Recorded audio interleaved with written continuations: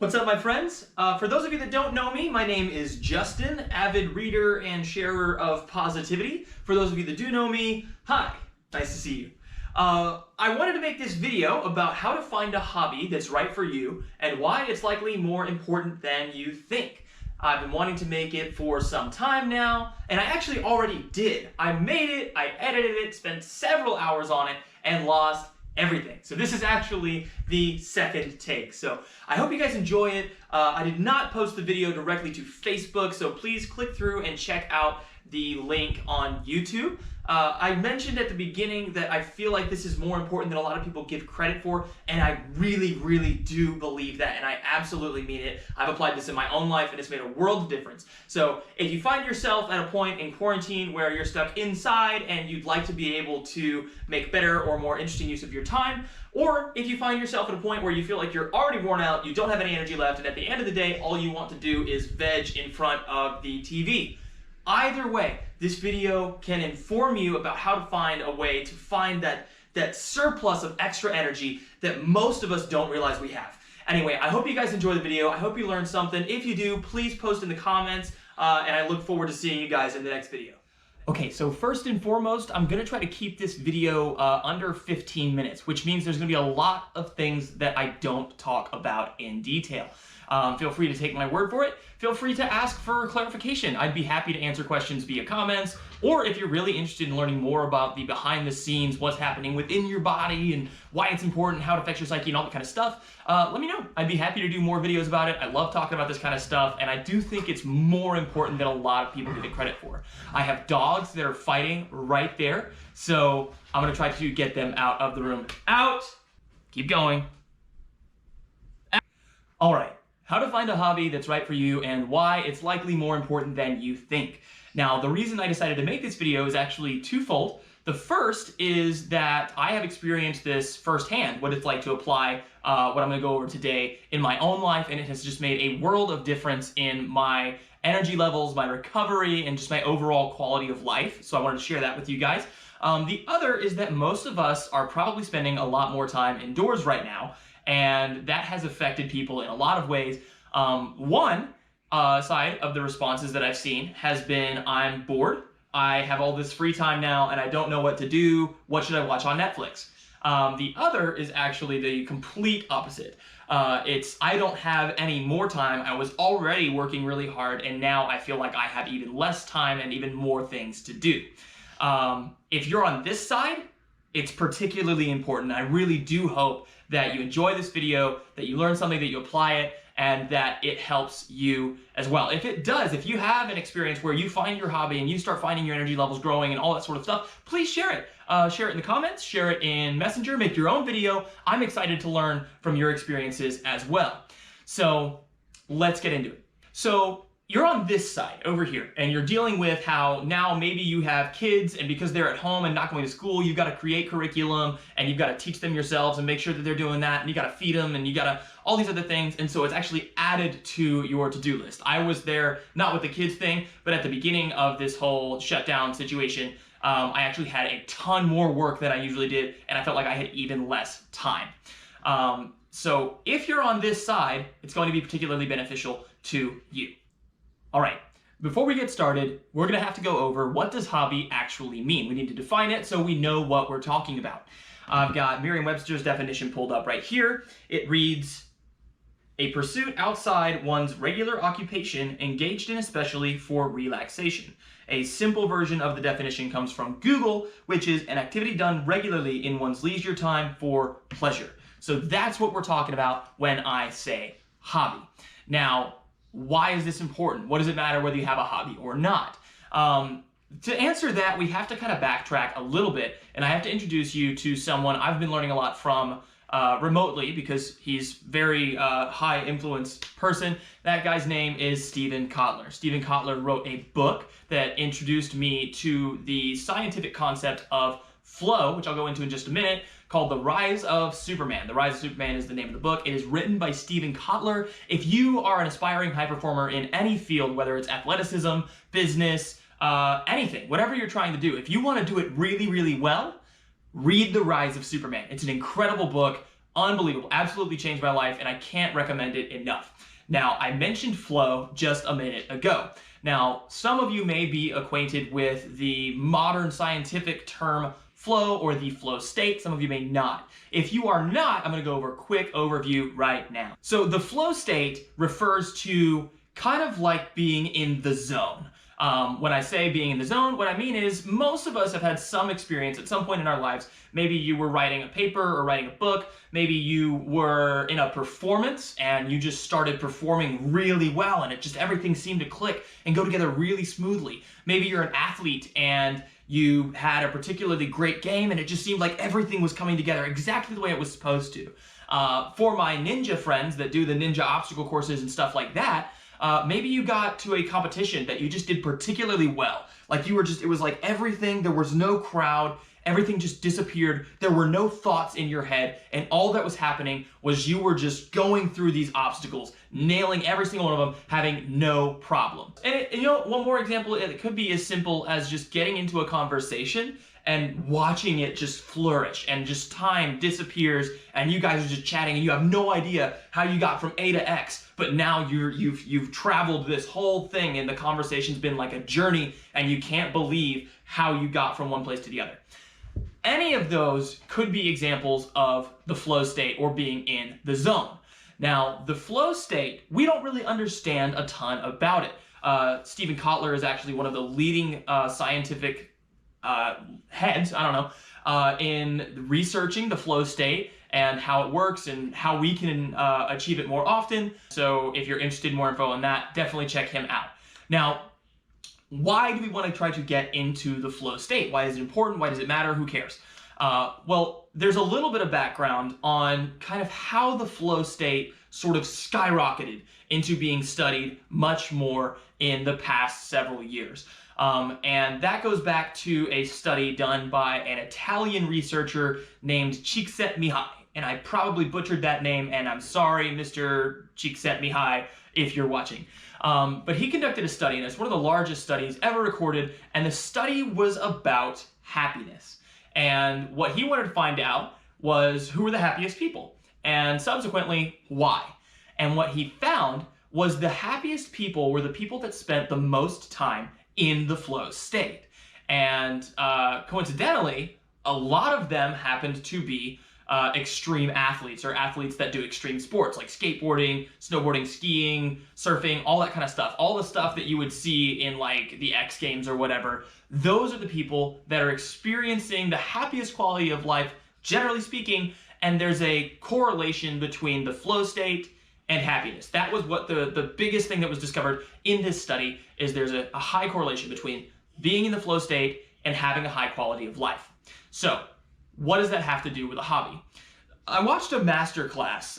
It's totally free. I can post a link in the comments or in the description. You guys can watch it for yourselves. It's really interesting, really informative, and they just want your email. And I don't think that I've actually gotten any spam. Like I got one that was like the link to go watch the video or whatever. So totally free. I highly recommend you check it out.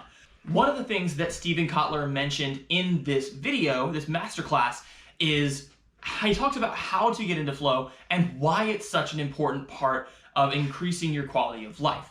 Now, he talks about the flow state and how it actually, he's got a really moving story. I'm not going to attempt to tell it because it's way better than I can tell. I'm just going to do a quick summary. He had Lyme disease. He was stuck in bed for the better part of 3 years. A friend convinced him to go surfing one day, and he experienced the flow state and was conscious of his experience of the flow state for the first time, at least in years and probably ever, and he just wanted that again. And so as soon as he had the opportunity to go surfing again, he did. And the repeated exposure to surfing, but surfing's just a method, to the flow state actually helped him combat Lyme disease, and he is now back to being an active athlete and an active member of society and is one of the leading researchers in the flow state. And this was entirely because the flow state can actually help you heal faster, heal better, have higher energy levels, have higher cognitive ability, and just generally make you into what is essentially a super person. When you hear stories about moms lifting cars off babies, or guys that are getting crushed by boulders and they pushed them off, that's one of the crazier ones. That's actually a true story. I can't remember where I heard it from though. But point being, when you hear those stories or when you experience those kinds of moments, that's the flow state. That's what allows you to be able to do that super thing, whatever it was that you did. So Steven Kotler goes over several ways to enter the flow state, and obviously I hope that I've made it clear why the flow state can have such a powerful impact on your quality of life. Because there's a lot of neurochemistry that shows that you will physiologically, like there will be a change in your body that makes you happy. If you aren't suffering from some sort of disease or whatever that prevents these chemicals from being produced and released, you will be happier because you designed it. You designed a process that forces your body to release the happy chemicals. So, worth considering there. On the other side of things as well, it makes you recover faster, recover better. It can help you have higher energy levels even when you're not in the flow state. Being in the flow state can heal you faster, as was demonstrated by Steven Kotler's incredible recovery from Lyme disease after 3 years of being essentially bedridden. Now, what does this have to do with hobbies? The flow state, there are a couple things that you can do to kind of influence your ability to enter the flow state on a regular basis. One of those is that you have to have autonomy.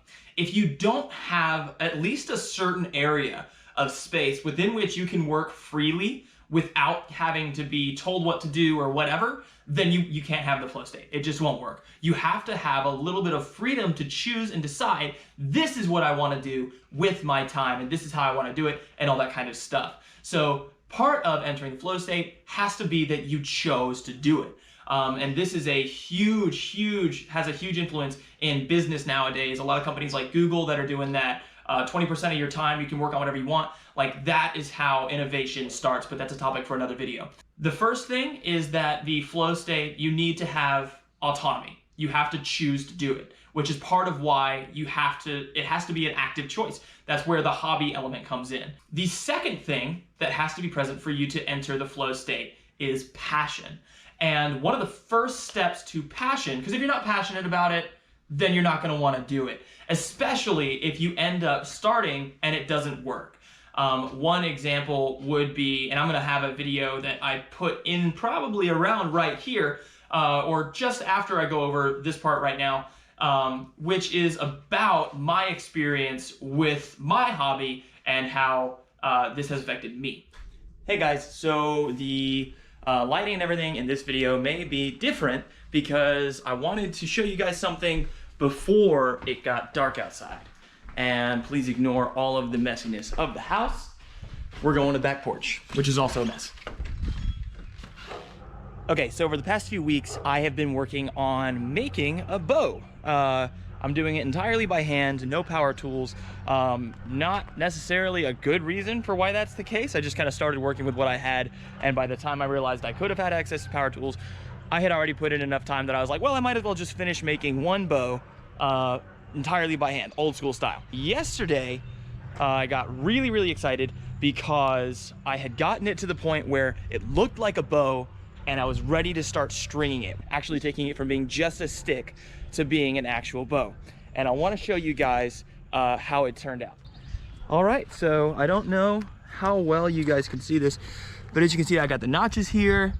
And this, again, this is done entirely by hand. You can see how it's not entirely smooth. I wasn't at the process of having it completely sanded to be even yet, but I absolutely whittled this entire thing. There was some sawing involved, but it was all done by hand. Got the smoothness of the handle here that was done with objects like this, which is just a file sort of situation. I went to put the string on and draw it.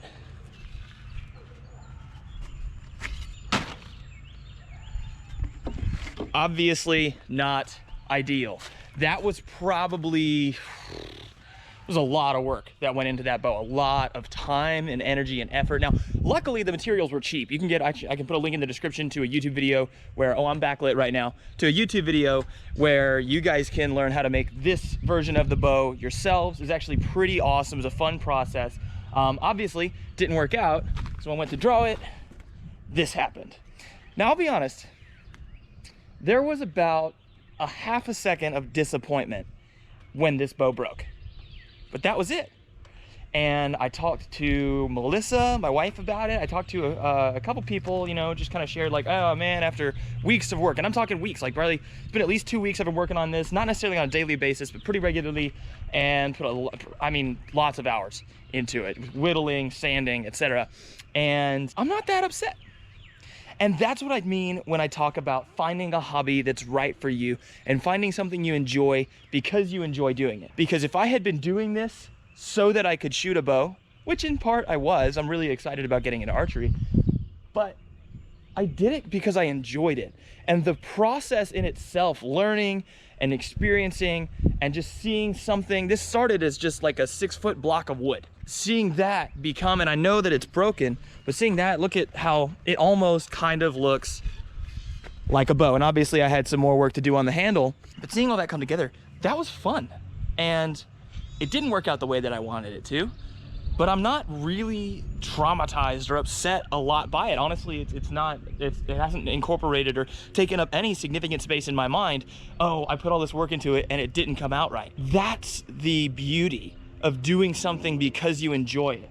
Regardless of the fact that I spent probably upwards of 20, 30 hours working on this thing over the period of 2 weeks, maybe a little bit more, and it fell apart, I'm not that upset. And I enjoyed the process, and I'll do it again. I'm gonna start over. And that's part of the benefits of finding a hobby that works well for you, that you enjoy just because you enjoy doing it. And the work, when you do it right and when you choose the right topic or the right area, the work becomes the reward. Watching weeks of work fall apart literally as I pulled the string, you'd think that would be really upsetting, but it's not really. I just kind of was like, oh, that happened, moved right along. Hopefully that gives you an example of what I'm talking about when it comes to the work becoming the reward in itself. So you have to have passion to be in the flow state, because part of it is that the flow state causes the work to be the reward. And that comes from passion. When you're doing it because you love doing it, when you're doing it because you love the process, at that point, it doesn't matter what the outcome is because you won because you were doing what you love. It's sort of like with woodworking is an example in my life. I have claimed for several years that I have an interest in woodworking, and I do, but every time I start, I get angry because it doesn't turn out the way that I wanted, and then I quit. Nobody wants to do what they suck at, So you have to find something that you enjoy doing because you enjoy doing it, not because you're hoping to reap the benefits at the end. It has to be done for its own sake. So that is where the passion element comes in. If you're not passionate about what you're doing, if you don't love the process, then it won't be able to help you really reach that flow state, which is part of why in the exercise I'm gonna go over in just a second, it gives you so many options as far as what kind of hobby you can go into. So you have to have autonomy. It's gotta be something you choose to do because you wanna do it. And then you have to have passion. It's gotta be something that you enjoy doing because you enjoy doing it and not because you want the benefits or the outcome. All right, so now that you've seen an example of a time or an experience where the work itself became the reward, let's go into how you can find the hobby that's right for you. Now, this exercise came from that masterclass that I was watching with Steven Kotler. I totally got this from him. I did it myself. It was really interesting, really beneficial, and I wanted to share it with you guys. So the exercise starts with write down 25 things that you're curious about. Not necessarily things that you have a lot of experience with or things that you feel like you should like or you should do, but things that genuinely interest you. And they can be stuff that you have experience with. That's all well and good. That's fine.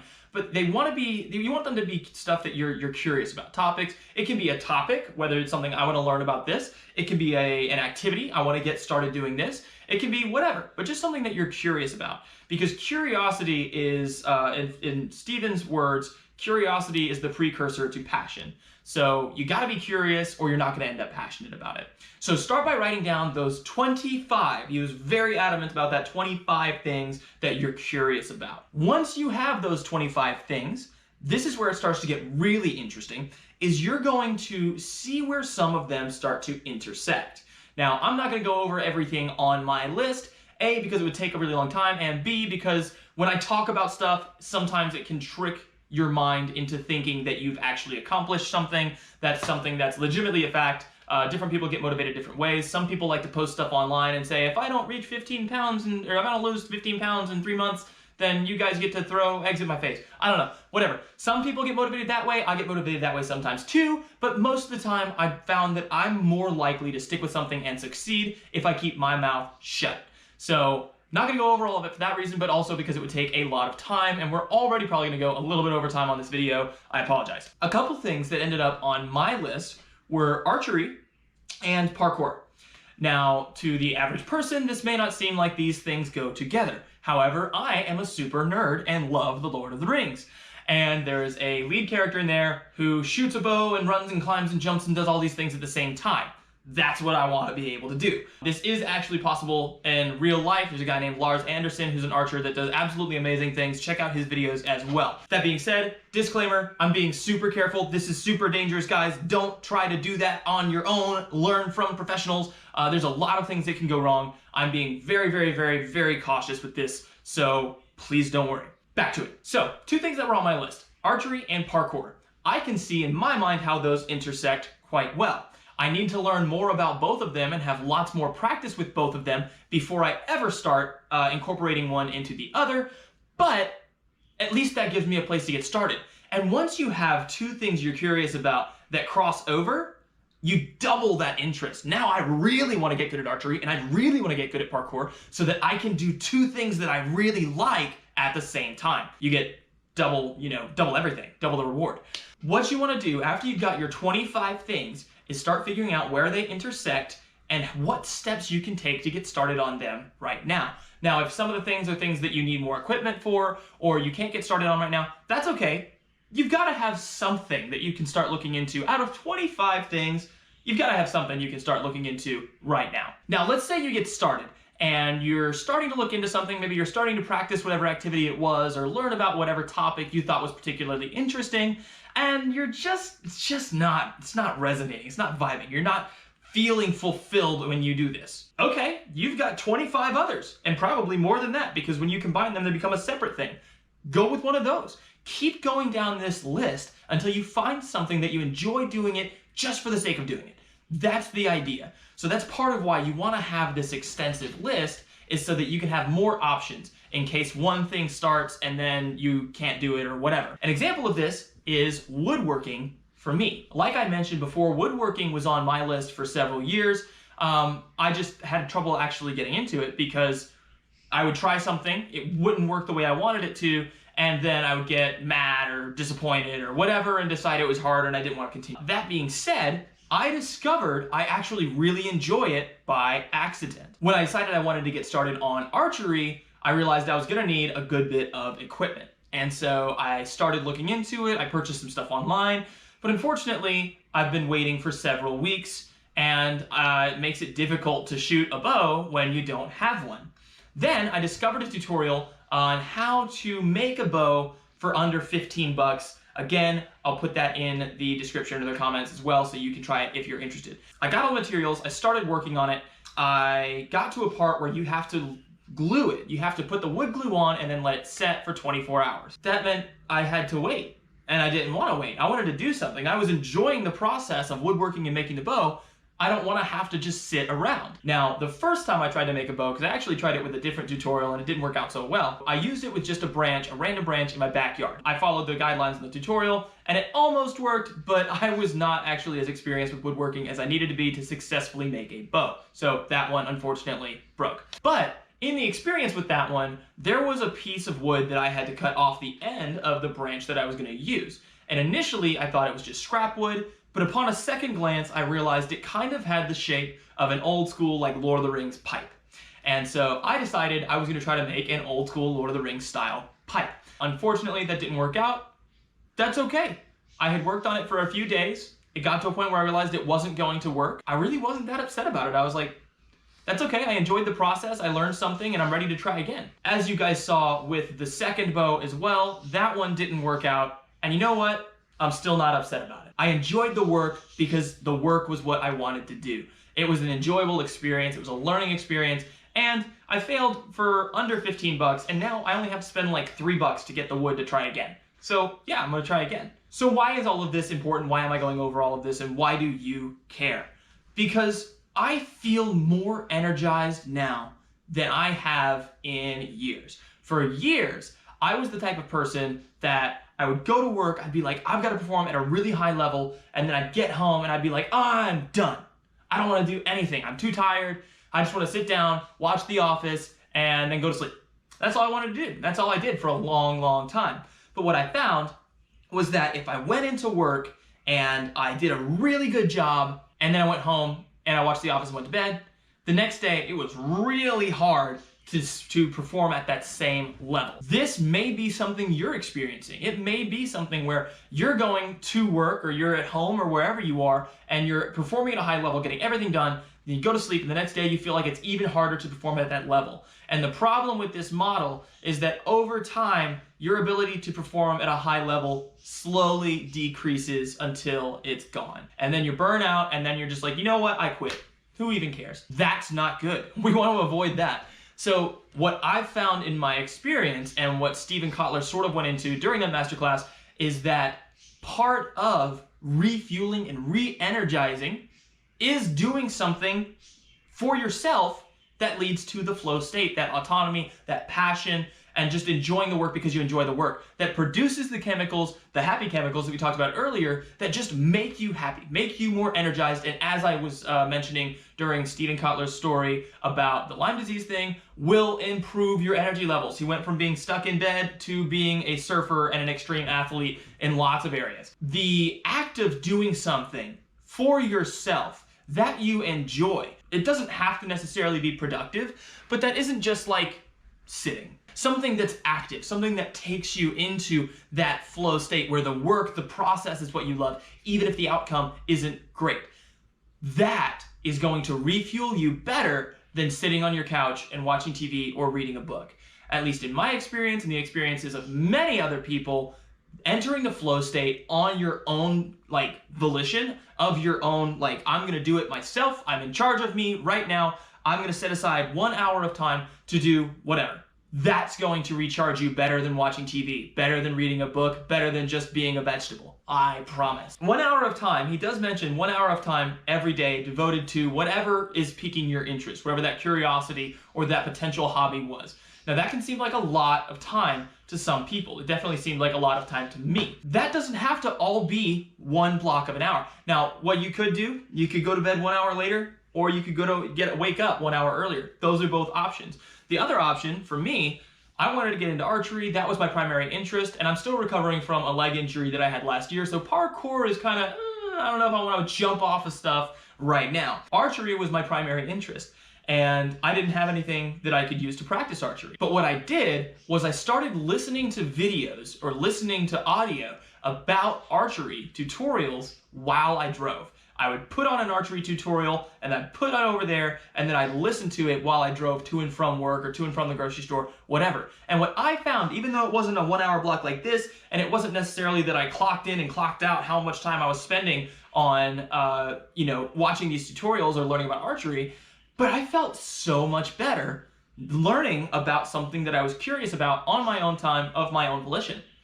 Even just that, listening to videos about archery while I was in the car or while I was working on something else improved my energy levels because I was doing something that I wanted and that I liked just for me. If you don't have the time to put an hour at the end of the day or an hour at the middle of the day or the beginning of the day or whatever, break it up. Spend some time every day doing something you want to do because you want to do it. Look at that list, find something that piques your interest, and go for it. Start looking into it. Start learning about it. Start practicing it. Whatever it is. It's going to help you recover and feel better. So to recap, how to find a hobby that's right for you. Write down 25 things and figure out where they intersect, where you can do multiple at the same time, and start looking at those. Set aside an hour every day, even if you have to split it up, to work on something on your list that you enjoy and are curious about. If you start and you find that it's not gripping you, cross it off the list, move on to the next thing.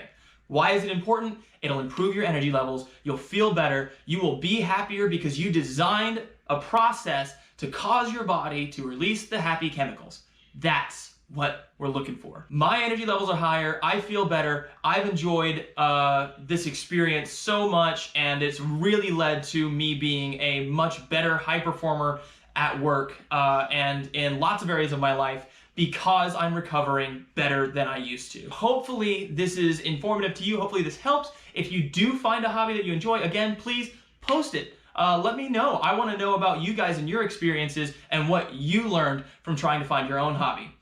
Anyway, thank you guys so much for watching. I hope this helps. This is Justin, and I will see you in the next video.